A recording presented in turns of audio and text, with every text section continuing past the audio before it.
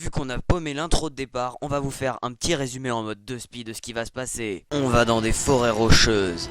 Il y aura des scènes d'action extrême, de la survie en milieu hostile, une chaleur intense, de l'escalade à haut risque.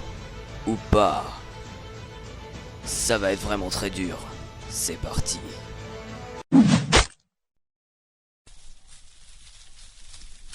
Bonjour et bienvenue dans Rémi vs Wild, épisode 4.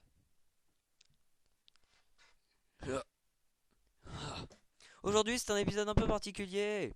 Je devais partir en vacances, mais on a eu des problèmes avec le jet.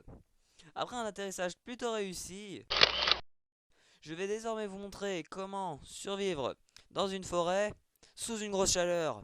Allez, suivez-moi.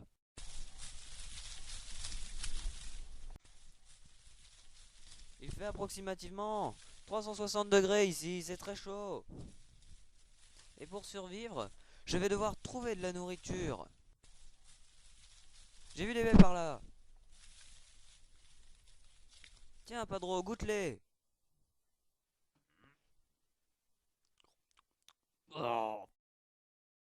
Pour survivre dans la nature, il ne faut pas avoir peur de manger des trucs dégueulasses.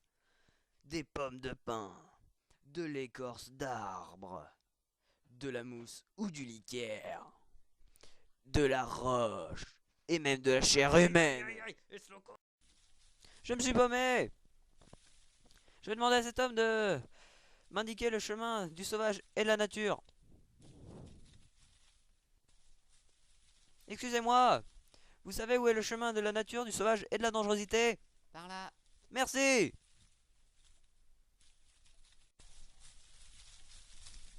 Je suis sorti de cette grotte. J'ai tué 2 ou 3 dinosaures. Ce n'est rien. Un anaconda. Ya.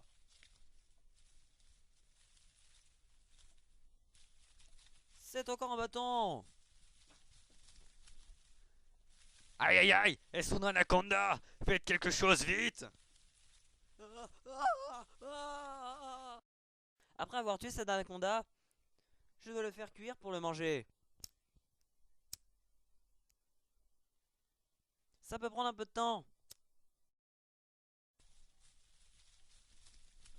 Regarde, Padro. C'est un terrier à renard ou à lapin. Je ne m'en souviens plus trop. Mais je vais faire un piège à proximité pour en attraper un. C'est parti. Voilà, le lapin ou le renard, en montant sur ce rocher et en faisant un 360 backflip, va faire exploser le bâton, ce qui va permettre à la poutre de l'écraser. Allons reconnaître les environs. On se retrouve après, Padro.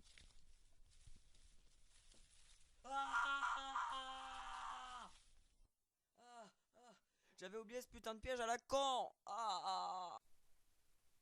Je vais pousser un cri très puissant qui, grâce à l'écho, qui va se répercuter sur tous les arbres, va m'indiquer le nord.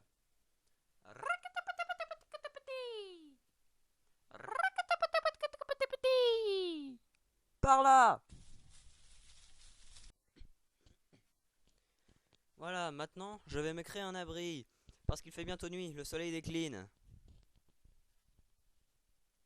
Oui, je sais, je suis prévoyant. Regarde, Padro, cette branche. Elle va me servir d'armature.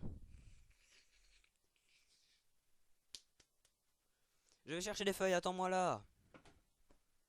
J'avais la flemme de chercher des feuilles. Je vais maintenant me reposer avec mon meilleur ami, Choupi. Il est environ 16 h du matin. Il est encore tard. Dire qu'à ce moment-là, je suis en train de faire la grasse mat au Mali. Bon, j'ai remarqué hier soir que je me suis morte par plusieurs serpents. Je vais devoir trouver quelque chose qui va les repousser. Ça me sera utile. Oh mon dieu! L'écorce de cet arbre est réputée pour éloigner les reptiles. Ce sera très utile. J'en récolte un petit peu.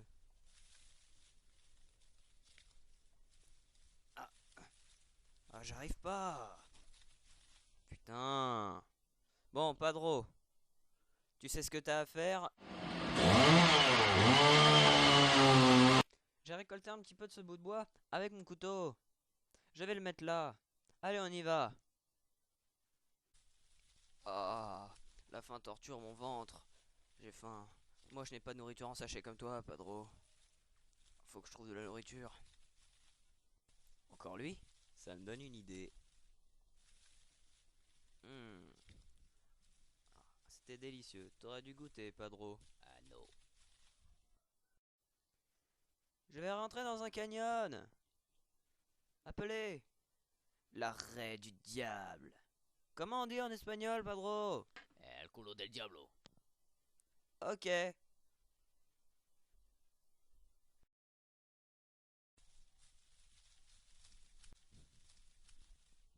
Un sentier.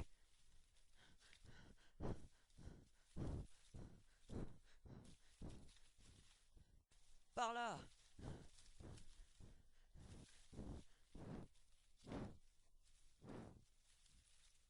J'ai retrouvé la civilisation. À bientôt pour un nouvel épisode de Revives Wild.